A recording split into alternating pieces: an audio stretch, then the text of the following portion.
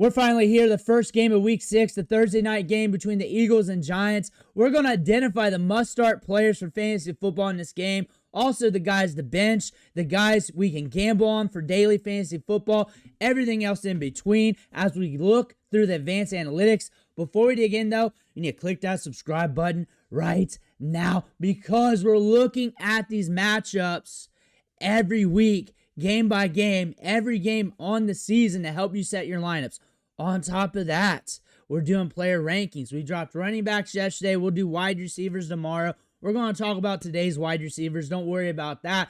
And also, we go deeper than any other channel looking at the waiver wire videos every day. And we do deep dives on all the trending players so you know their backstory, their advanced analytics, their situation, so you can make your choice whether or not you want to pick up that player. Click that subscribe button. Stop missing out. But we're starting off looking at this matchup. Vegas is saying, hey, points may not be scored here. 40.5 over-under is very low. The market's saying, hey, there may not be much scoring. The spread's at 7, so we should see the Eagles win by a decent margin in this matchup. You're looking at the last 5. Most of them aren't really equivalent to what we're looking at today, but still, you kind of see a trend. We have 2 games in the last 5 games that hit the over. We're looking at that. They're usually not scoring big. They're usually not scoring big. And you're looking at rush yards per game. One team had Saquon and the other team had Saquon during these moments. 151 for Eagles, 95 yards for the Giants, 30 pass attempts for each team. Oddly, 30.67. I don't know how that worked out. Passing yards in the last 3 games, 162 passing yards on average per team in the last 3 games. I don't know how they did that. I think they might have messed up the numbers. I don't know. Philly's 2-1 in this matchup. That makes a lot of sense. And we're looking at this game. It could be a little sticky. It could be a little bit slower. When we're looking at some of the prior matchups, last year in January, 20-13. Last year in October, this time, 28-3. In 2024, 10-27. In 2023, 33-25, so on and so on. How can this game script break? Is if they start nailing it to A.J. Brown, DeVonta Smith, because they've been needing targets. They've been needing some work. Saquon Barkley's going to play. He's banged up, though. Is he going to get a little bit lighter workload and they just sling it to the wide receivers? Maybe if that happens, we get some game script pushed here. And it might be more on the Eagles side here. Really depends on what goes on when you look at these quarterbacks. You're looking at Jalen Hurts. This season, he's been good at hitting the fairway. He's got a couple QB1 weeks, couple QB2 weeks, but he's been solid hitting the fairway. And usually where you drafted Jalen Hurts, you don't have another quarterback. I don't like rostering 2 quarterbacks if I spin up on a quarterback. I'll just roll with it, and I got more lottery tickets, more upside flyers. I'm deeper at wide receiver. I'm just going to roll with it. If I spin up a quarterback, I'll figure out the bye week when I get there. Jaxson Dart, you're looking at him, and he's a gamble start, and that's no matter the matchup, no matter the situation. You've seen how he plays. You look at the yards. You look at that. Takes off with it, though. 17 carries in his last 2 games. He'll take off with it. That's where the floor of his production comes from. If he's not taking off with it, he ain't hitting QB2 levels. Damn straight. And you're looking at what Philly's allowing the quarterbacks. They're allowing them to hit the fairway.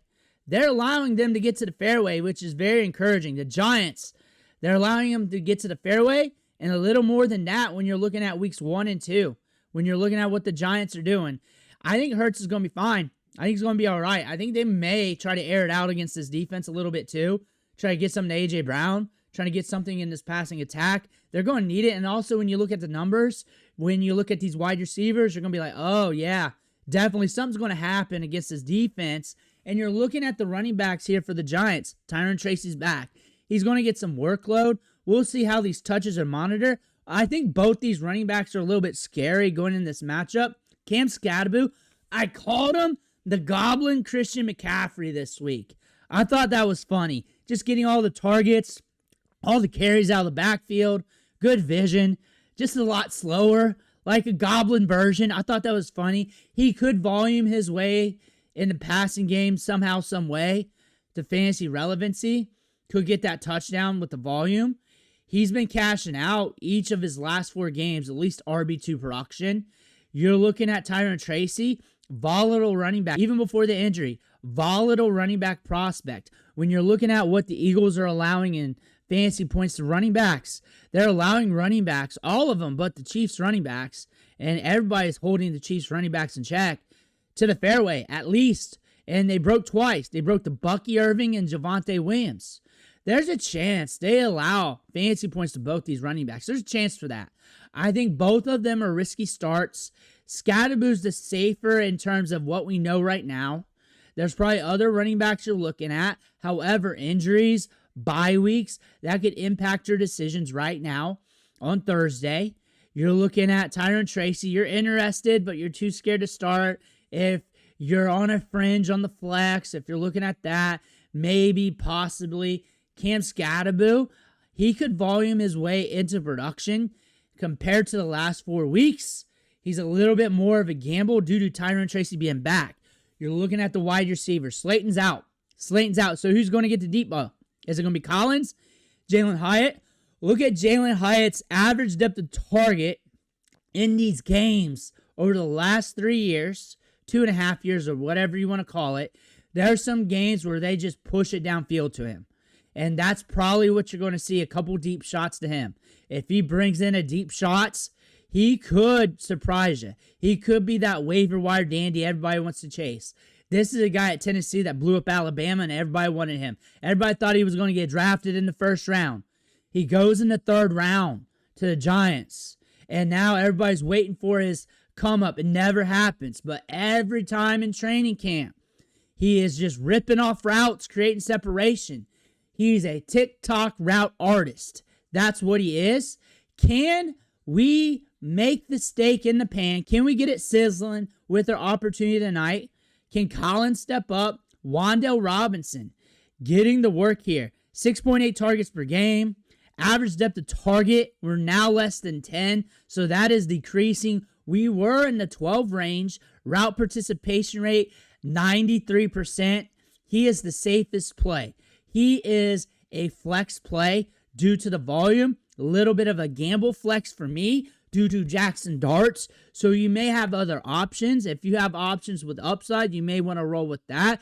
We are against Philly on the season. They're a little bit less, but I will consider it league average when it comes to allowing fantasy points to wide receivers. The main wide receiver in every game at least gets you to the back end of the fairway, if not blowing it up. We had 2 wide receivers blow up 20-plus PPR fantasy points, Mecca Buka and Puka Nakua. That being said, there's opportunity here, but Jalin Hyatt, if you're playing daily fantasy football, you're trying to get a cheap wide receiver in, I would not be surprised if he gets a couple deep targets here. Now we just got to bring it in. No PIs, no overshots, no drops. If we can bring him in, if we can cash that upside we saw at Tennessee, maybe you get something happening. Theo Johnson, you're hoping for the touchdown. What do we like about Theo Johnson here? We're running almost 30 routes a game, which is very good for a tight end. The ADOT is low at 5.6, so we're not running deep targets downfield. So we need to rack up volume here. We need to rack up catches in bunches, like 8 to 10 of them, or we need to score a touchdown. What's more likely in this scenario? The touchdown. He scored 3 touchdowns in the last 2 games. Looking at what the Eagles are allowing the tight ends, a little bit below league average in PPR. Evan Ingram did well last week, but he's Evan Ingram. He's back healthy. Kelsey, 10.1, but he's Kelsey. Outside of that, Allen, Otten, Fergie Ferg, 7 points or less. So there's risk here because he's due to not score a touchdown, but he's also getting a lot of volume because he's running a lot of routes. He's getting 4.4 targets per game. Usually I like my tight ends that are dice rolls getting 5+ targets per game at minimum. Usually I want them in the 6, 7, 8 range, but they're usually more expensive. I think Theo Johnson, you're shooting for the touchdown. You're shooting for the volume. You're also seeing the upkick here with Jaxson Dart. You're hoping that turns loose tonight. Now you're looking at Saquon Barkley. The question is, are you ever going to bench him? He's getting work in the passing game. You drafted him early. He's got you multiple RB1 weeks. He's got you double-digit PPR fantasy performances every game but one. He's looking solid. He's been solid with the Eagles. You got a nice matchup here against the Giants, who are worse than league average when it comes to allowing fantasy points to running backs. When you're looking at this, you're looking at a running back is getting 60% of the rushing attempts out of the backfield. It might be a little bit lesser due to the knee. We don't know. They may just push it to the wide receivers a little bit more. But Saquon Barkley, are you really benching him? What's the odds that he hits top-tier production? What would hurt that is the knee. What would hurt that is the knee, and they put him on a snap counts, or if they get up, they back him off and then roll with Dylan Shipley. That could happen. That's where it could hurt you. That's where that could hurt you. They get up quick, they back him off a little bit. That's where that could hurt you. How could he hit that upside? Smashing and cashing against this defense. There's a chance for that. Catching the flat, 60 yards. Another run, 60 yards. Touchdown, boom. You got a big game. Look at these wide receivers and you're pissed. I'm looking at them and I'm pissed for you. I'm sorry you got them. But let me talk you up. Let me make you feel good about this. First off, looking at A.J. Brown, I'm getting super pissed off at him for you. I hope he scores more fantasy points for you soon. 7.2 targets per game. That is low. But also, when you're looking at the target share, 27%, that is elite. That is elite. So when they have to push the pace in targets, when they have to throw it more, and he's pushing 30% share of that, the odds increase. He's running 32 routes per game, which is very fine, 100% route participation rate. He is always out there. His ADOT's at 10, which is fine. It's good. You want double digits at least. So you got some upside with him. So he's going to start cashing soon. He's going to start cashing soon. Unless the target share and the ADOT dips, which historically hasn't been with this team. He's going to start firing soon with those numbers. You look at that. There are not many wide receivers in the league with that target share. Targets per game, now that's a different vibe. You look at some of these matchups. That Dallas game was weird. You got the KC game. You know that defense. Tampa Bay, that one should have been the hitter. That one should have been a hitter. However, that matchup still, now you're looking at Denver. We know about that defense from last year, not so much this year, but still they got some players there. Now you're thinking about all that. You're looking at the Rams game. There's a chance that he blows up soon. So he's going to be a gamble right now and volatile, but we continue at this pace, pushing a 30% target share, that ADOT looking good, and it'll probably increase in some of these matchups because he tends to get a double-digit ADOT historically, especially here with the Eagles. I think he's going to turn things around. He should, unless he gets banged up. Or something weird happens, that target share gets manipulated. It goes down to 25, 22, 18%. DeVonta Smith, 22% target share, 8.9.5. So the upside needs to hit it a little bit higher for me when you're getting 6 targets per game, because that ADOT's a shade lower, but not too bad. Like, I need him to start hitting 10, 11 with that. We need more flow in the offense because we got a 22% target share here. So when the ball's flying here, his upside's going to be reduced. But again, you're looking at DeVonta Smith. You're looking at a 22% target share. If you're chasing players just on workload alone, he's looking like a very solid wide receiver 3 to wide receiver 2 range top end flex. That's what he's looking at when you're looking at workload alone. Take the fantasy points away. Look at the workload, 6 targets per game. So you got a good threshold there. You definitely see in matchups where they're throwing the ball more, he can cash for you. When you're looking at this against the Giants, who are allowing 41.2 PPR fantasy points per game to wide receivers, they've been to every single or broke to every single wide receiver that they faced. There's good opportunity for both these guys. They're gambles due to what we've seen historically this season, but they're pretty good gambles right now for the week. Dallas Goedert, you want that touchdown. 5.5 targets per game. There is an opportunity that we rack up some volume here, and his ADOT's pretty solid at the tight end position with the volume he's getting at 8.2.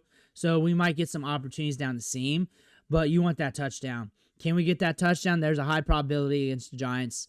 There's a high probability for that. They gave it up to Ertz, Fergie Ferg. Kelsey was on the low. Gadsden, Johnson, but still, That's Dallas Goedert. He can hit in big moments. He's a touchdown gamble in this matchup, but he's also a cheaper tight end that you got in your draft, so he ain't going to hurt you too much. That's the matchup today. Let me know who you're starting in the comments below. Don't forget to hit that subscribe button on the way out. Thank you for watching. Catch you on the next video.